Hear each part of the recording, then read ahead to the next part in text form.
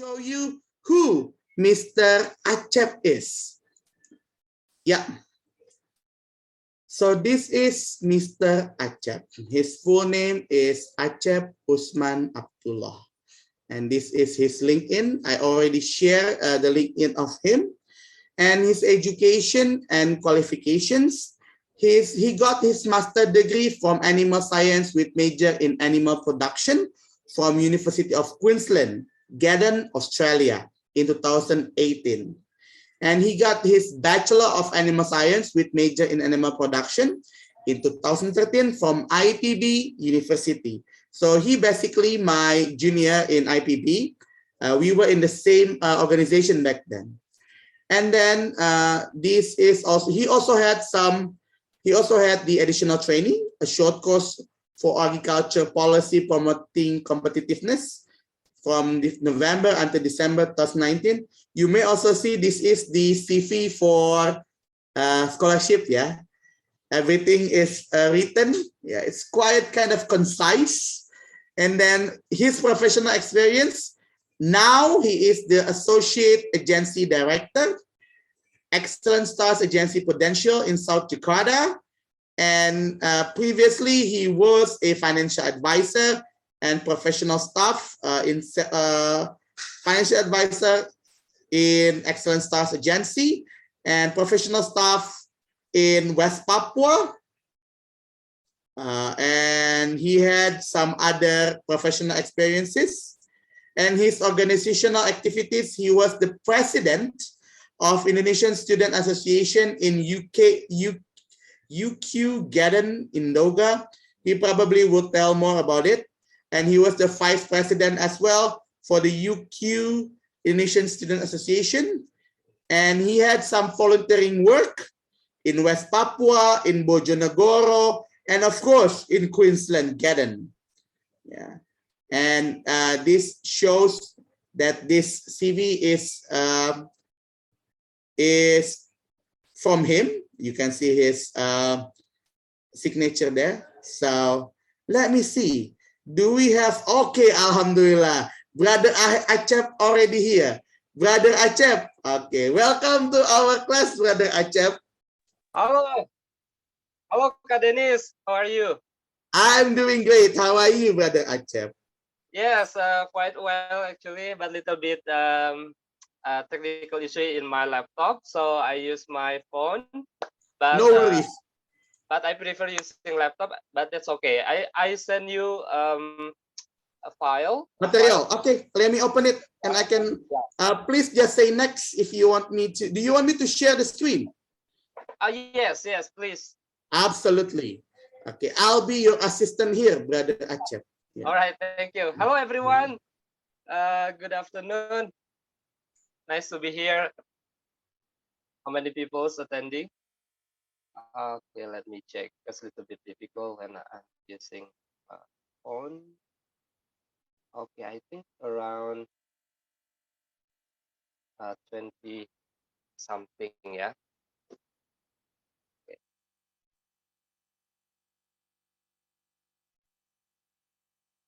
Hello, good afternoon. Yeah. Okay, just next. I think so. You already introduced me. All right.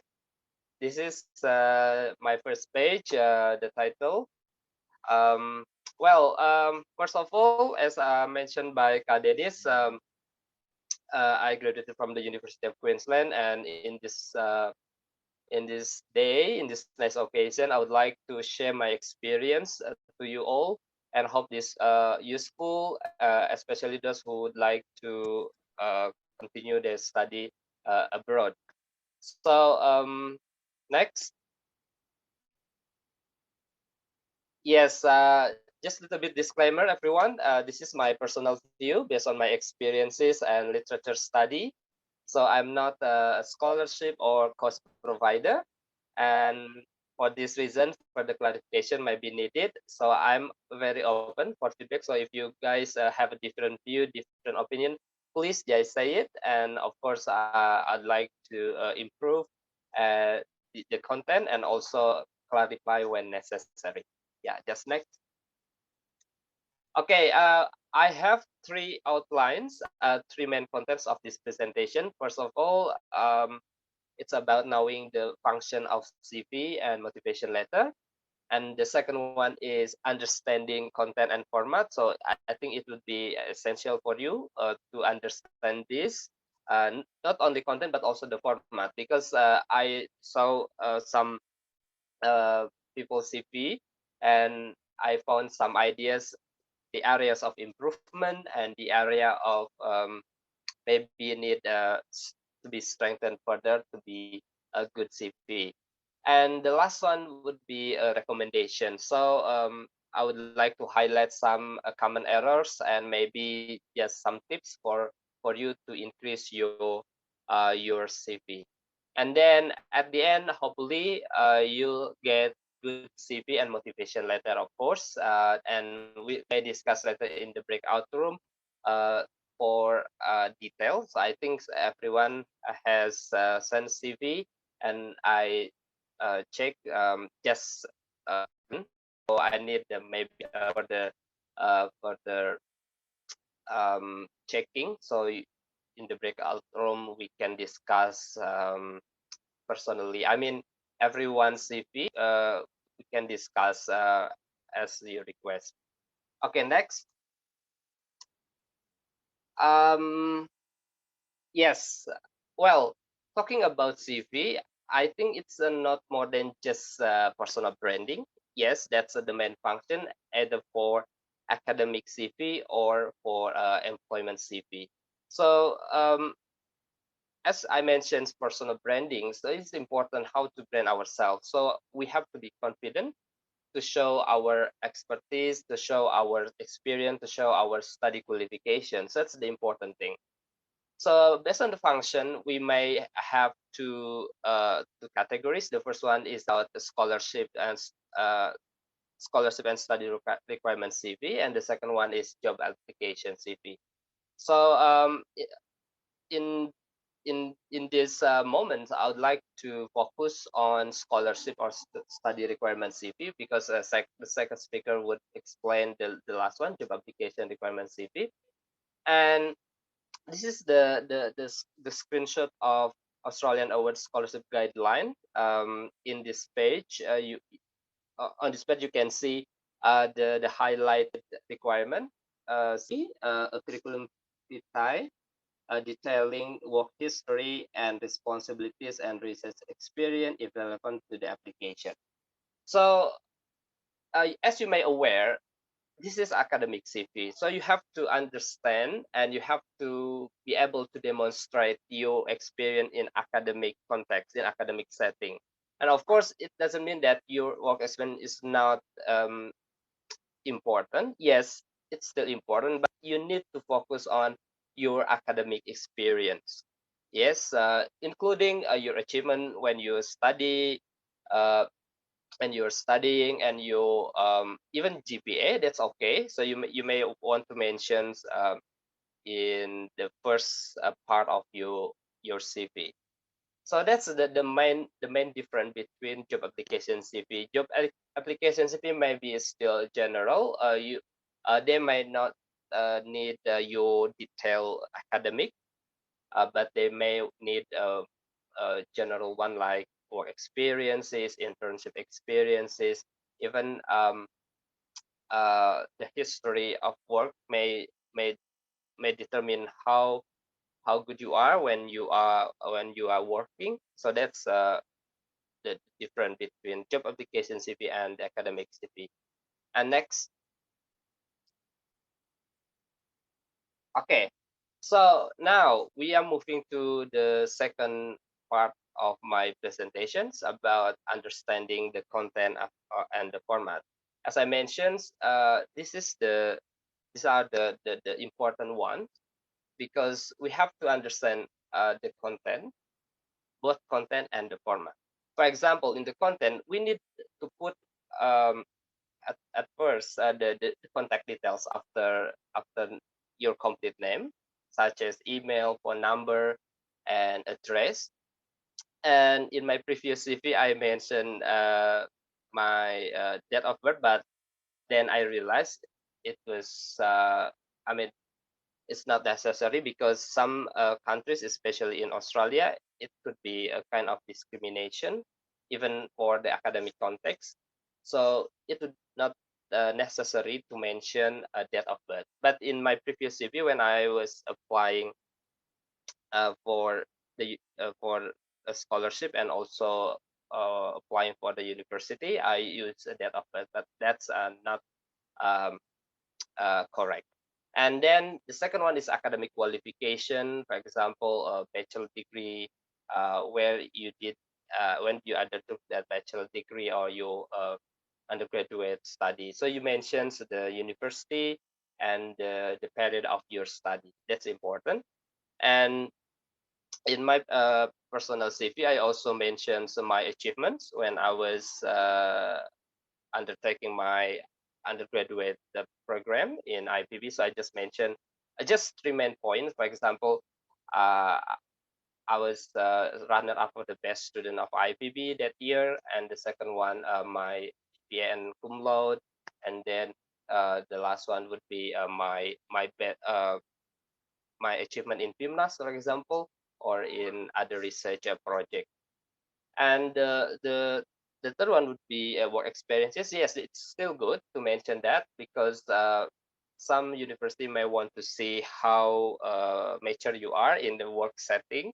Even you are still student, you might still want to add that information because you have a opportunity to work in laboratory setting, for example, become a lecture assistant or helping lecture in preparing some tools or some material for a laboratory work. That's okay. That's a work experience. Even internship in industry or in other field. So that's okay.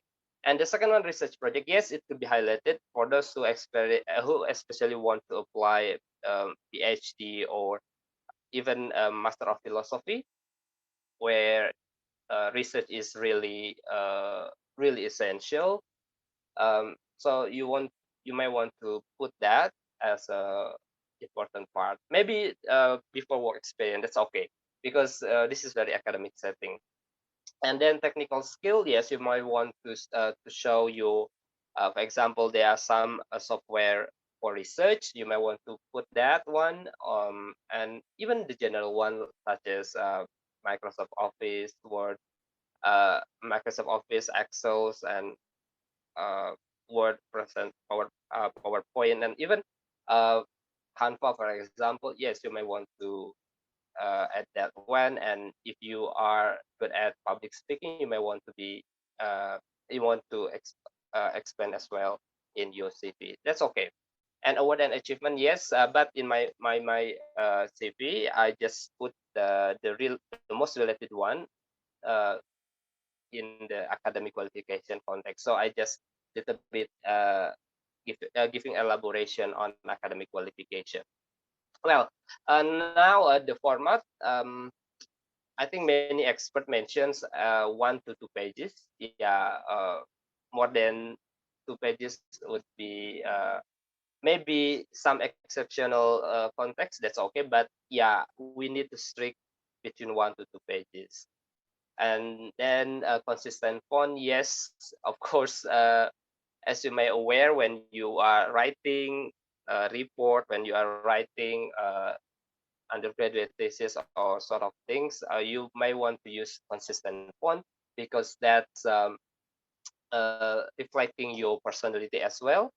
So you must be careful whether you use the same font or not yeah, between paragraphs or between different paragraphs or um, when you're explaining the information. And then justified alignment. Well, I think it's this is actually the content from some expert, but of course it depends. If but the important is it should be easy to follow. That's the main context. But of course, justified alignment would be helpful. Yes, you can use it. And the next one would be bullet bullet points. So we don't want to use uh, the same format like resume. because this is curriculum vitae, which is mostly point by point. So you need to use a bullet point would be great. And then do not use personal pronouns such as I, my. So it would be helpful just using the natural sentence, sentence rather than just use I.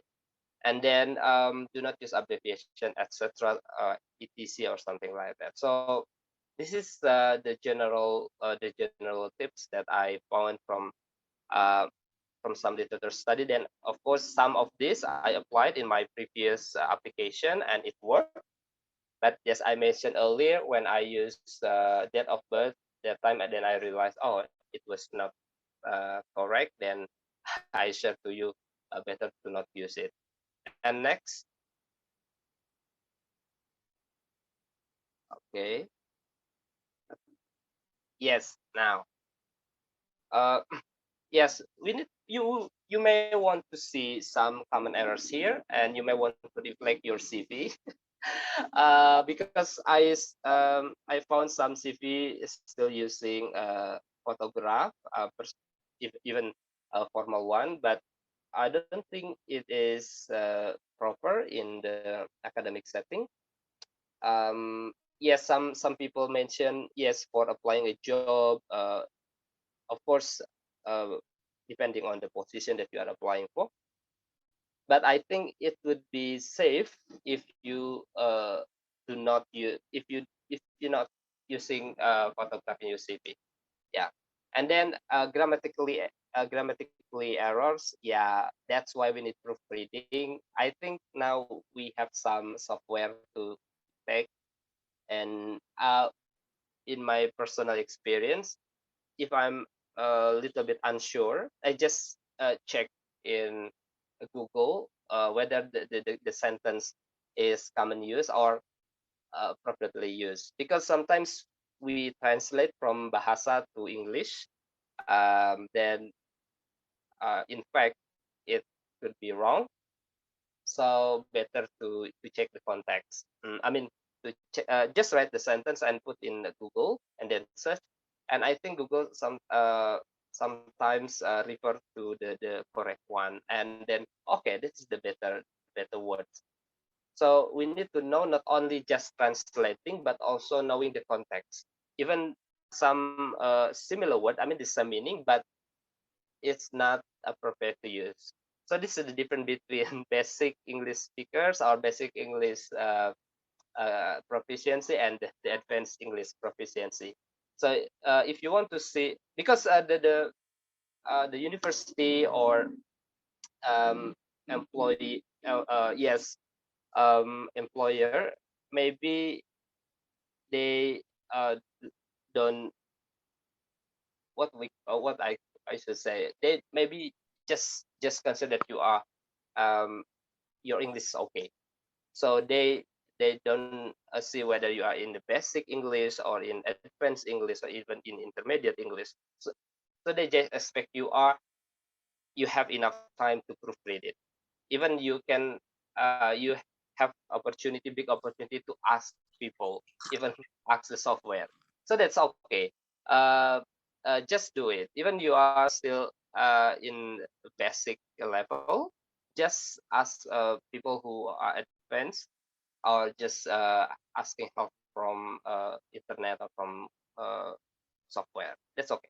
And then no gap between headings. Yes, I think again it relates to um, to the layouting, because we need to have a kind of a good display or good view, easy to follow. So that's the main purpose of this. So we need to have a little bit, yeah, maybe a gap between headings and then the further content beneath it. I mean above it. Sorry, under the headings.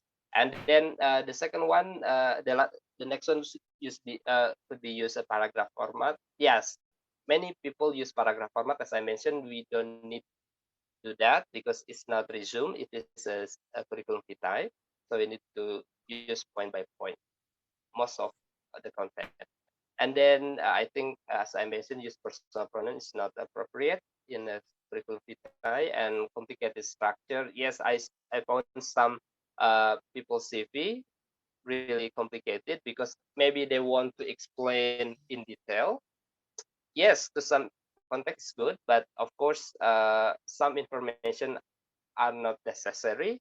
So it would be worsening and would be I mean making this your CV uh, look not good. Yeah, and then providing unnecessary, irrelevant, outdated detail. Yes, of course. Uh, Maybe we have achievement from junior high school, even elementary school, but I don't think it's necessary when you are applying for master degree, like example. So you may want to just include your achievement from your bachelor context. I mean, from your university um, period. You don't want to use your elementary school achievement, junior high school, and senior high school. So we need to separate between those achievements. We just want to include the up to that one.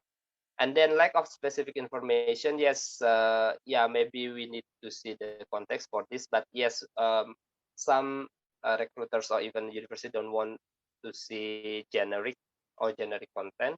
They want to see a specific content or specific information. Yes, just listing out your job. Yeah, this one maybe could be relevant for employee CV, but again, even in the academic CV, when you telling people about your work experience, you don't want just explain your responsibility or what you did, but the result of your responsibility. So you may want to include your result in that as well, because this is something that people can measure and appreciate.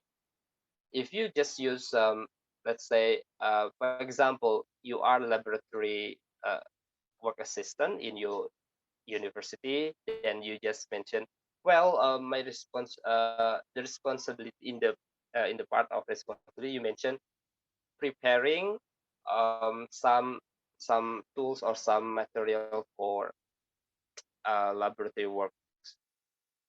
You may want to add that information by explaining how many students that you manage, and then you may want to add specific one. There is something that impress the recruiters or impress the university that you are targeting for, something that there's a changes or the result of your work. So it's good to mention that rather than just explaining your responsibility only, but please add the result of your work. And then yes, the last one, don't mention age, sex, religion, and marital status. I found because I also recruiters in my current agency, and I found many applicants still use religion, marital status, sex, and even age. So I think that's not really appropriate even in the employment setting. So don't use that because it would be I mean, there is a opportunity for an employer or the company to discriminate. Yeah, and I think in Australia it's really prohibited because we don't want uh, I mean, to discriminate people. Yeah, and remember, in this is the quote from one of the study abroad experts I found in the internet, which is good. I follow this. Um, in order to make an impressive resume, you must know your resume, of course, and then you must never include anything in the CV you are unsure of. You may, Achep, I'm sorry yes, to interrupt you. Sorry to interrupt you. If yes, you don't mind, 5 more minutes, please. yes. I think this is the last the last session. Yes. Thank you, Kak Dennis, for reminder. You must know exactly what and why you are including and what you are including in the CV. Yes, this is the point is you may want to duplicate the template and use the same words, but of course be aware. Maybe the recruiters or the university admission staff check. I think it's not really authentic. It's quite generic, or even the content is good. I mean, the phrase is good, but then when they checking another part of your CV, they maybe a little bit gap. So it's maybe sounds unnatural. Yeah, so be aware of that. And next, Kak Dennis, I think this yes, this is the last slide, I believe. Oh, it's just quote, right? Yes. Yes, I want to share that study abroad is the single most effective way of changing the way we view the world. Yeah, when you are in um, when you overseas and you go overseas and you study in outside Indonesia, I think you you can see the how Indonesia is from outside view, and of course diversity also help you to have a good understanding about culture. And of course I think in developed countries they have a good critical thinking um, curriculum where you can learn how to gain or acquire good critical thinking skill. And the second quote would relate to your CV, your personal branding. So you have an opportunity for the first time, and then you don't want to waste that time, and you want to maximize your opportunity. So first impression is the last impression. So please be aware of that, and yeah, good luck for your study abroad. And I think back to you, Kadenis. Thank you. Thank you very much, Brother Acep. Please, everyone, give applause to Brother Acep. You can use your hands, you can use your emoticon buttons. So it's such an inspiring story. I also, to be honest, everyone, I really wish that in the future I can follow his step. Up until now, I haven't got my scholarship yet. So I really wish. And disclaimer from him, he's not from Leaders English. He's not from any course. He's the one that really willing to help me. So thank you very much, Brother Acep, for willing us to share this to the students. Just for your information, also, these students are from Active Scholarship, brother. So yeah, they're from Dompet Duafa Foundation, and they study TOEFL and also IELTS. So the class are divided into two classes. Some students joining the IELTS and some students joining the TOEFL, but we also give a program called ACD. So they also get some improvements, not only just studying TOEFL or IELTS, but making CV like your presentation today. Oh, great. Thank you very much. Thank you very much, Brother Acep. So now it's time for you, everyone. Huk cek orang Sunda mah taroskeun. Everyone who wants to ask, please raise your hand. Or you don't need to raise your hand. Just simply turn on your microphone. You can ask questions for Mr. Acep. Please, Zarfa, go ahead. I saw you turn on your microphone, and after that, Fahmi. Yeah, I saw Fahmi also. Zarfa, any questions do you want to ask? No, Mister, I'm sorry. Oh, I kepencet, Mister. Oh, yeah, it's okay, kepencet. Anybody else wants to ask? Hayu atuh. Anybody wants to ask? Yes, Fahmi, go ahead, please.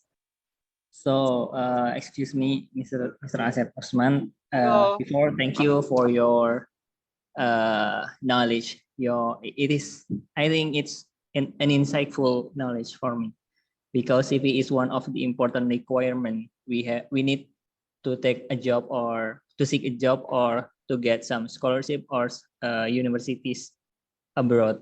Okay, to the questions. Before, I have shared with my friend that he is in Norway, and he said that if you wanna get some CV, you can make it in Europass. how do you think about Europass? Europass is a website that help us to make a CV. So we just put our identity and our achievement there, and then Viola, there is a CV. How do you think about the Europass? Or it is good for us to make it in our Canva, or we can just use the Europass? Thank you very much. Okay, thank you, Prof. Fahmi. Okay, so I just answer Kak Dennis or waiting for another people to ask. Okay, maybe I just answered Fahmi. Okay, talking about Europass, I think yeah, some people mentioned it's a good, um, but I don't have experience with that. Um, I think I some people using it when applying for study in Europe. Yeah, in Europe. But when I'm applying for study in Australia, I think I just follow the academic context. I mean the academic CV, common academic CV. As I mentioned earlier in my presentation, that's the format.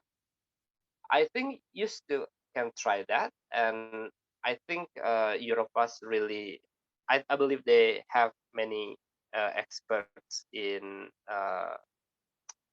consulting. I mean, in study consulting. So they, I think, the advice from Europass really reliable. So just go ahead for that.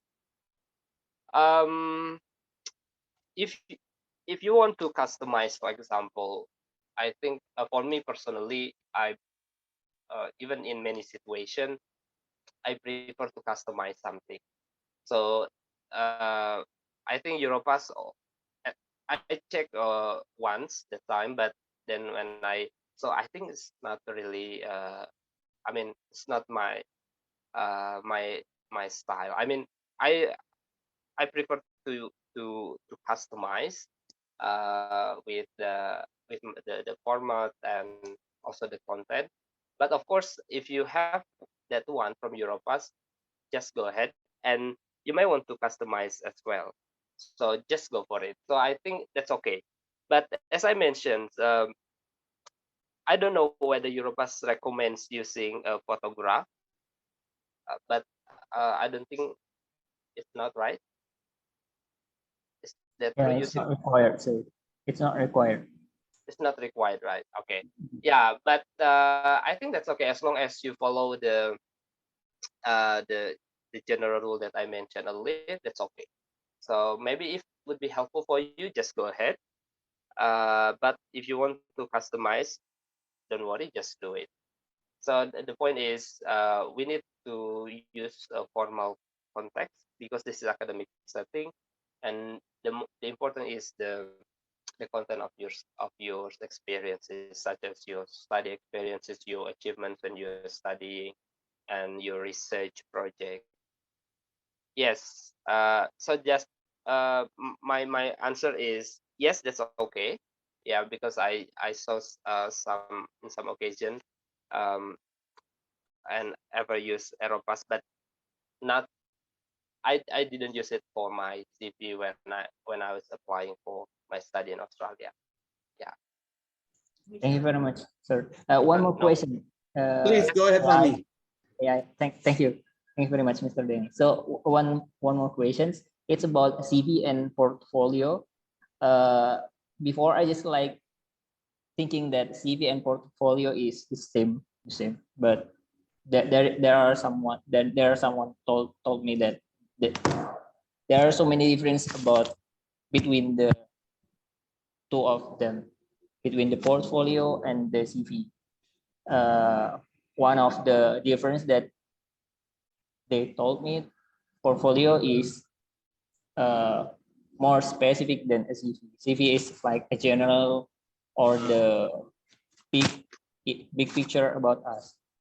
So what I want to ask is, sometimes I just like thinking that portfolio it's more specific and detailed one than CV. And I have some idea that can I mix CV and portfolio, or if we want to make CV, we need to just put a general image about us, a general information about us, or we can just like taking some details in one part or others, something like that. I hope you got my idea. Yes. My question for you, just one follow up.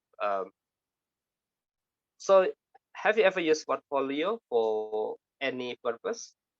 Yeah, I have to seek a job, but I don't know because when I seek some job to, yeah, so we need some portfolio so that our works before the company knows what our works before, something like that. But How many pages?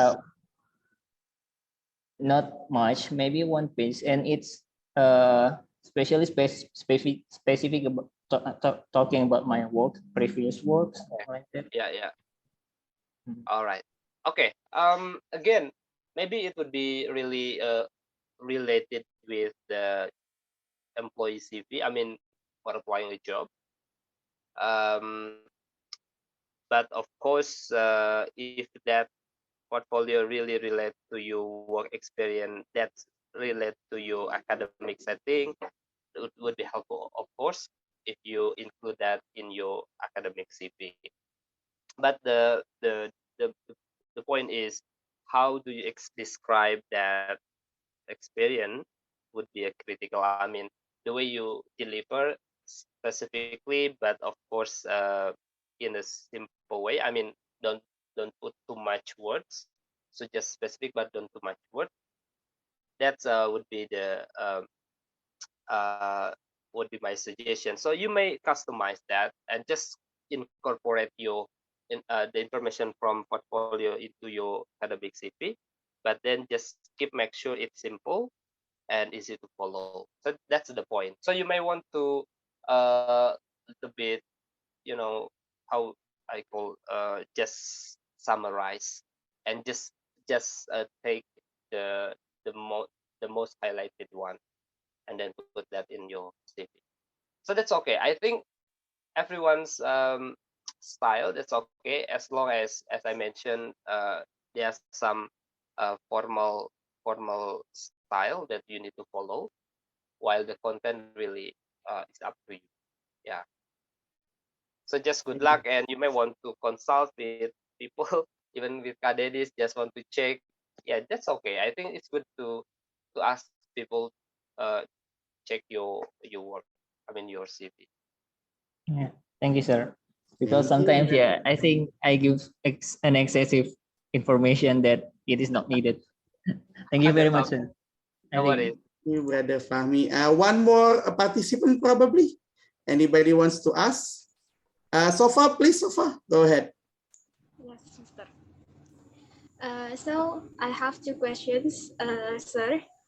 The first one is, do we need to put our education in our CV, like from elementary school until senior high school, like that?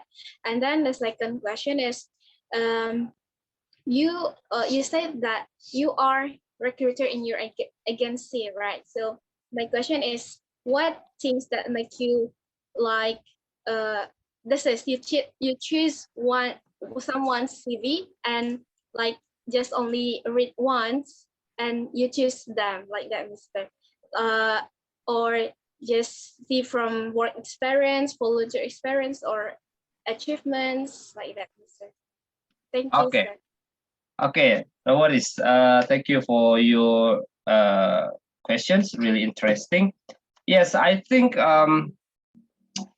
when just talking from my experience when I was applying for the University of Queensland that time, I think I just mentioned my bachelor degree, yeah, university where I graduated from, Bogor Agriculture University, from which time, which year until, for example, 2008 to 2013, and then my achievements there. Just pick three highlighted achievements, and my major, of course.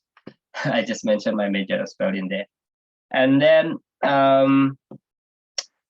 talking about CP, yes, because I also have responsibility to recruit, to develop people. I use LinkedIn. This is my job portal to hire people, and then I check applicants' CV, and I think very rare that people use expected format. I mean, I just expect that people really, even I know they are fresh graduates, but of course they still can learn how to create professional CV.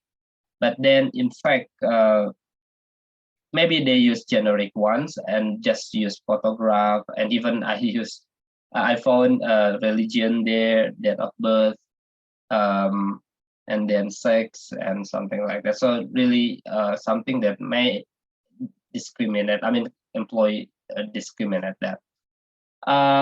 Yes, I think mostly applicants not really, under my expectation, mostly.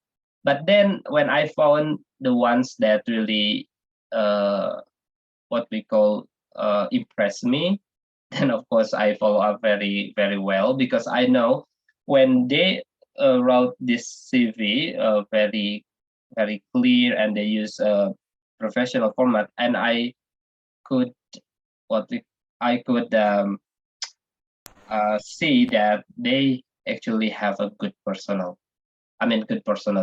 And in fact, when I invited to the next step, an interview, and they mostly have good communication skill, they can explain the specific information as they wrote in their CV. So when I ask about the specific information in their CV, just a little bit hints, and they explain in detail.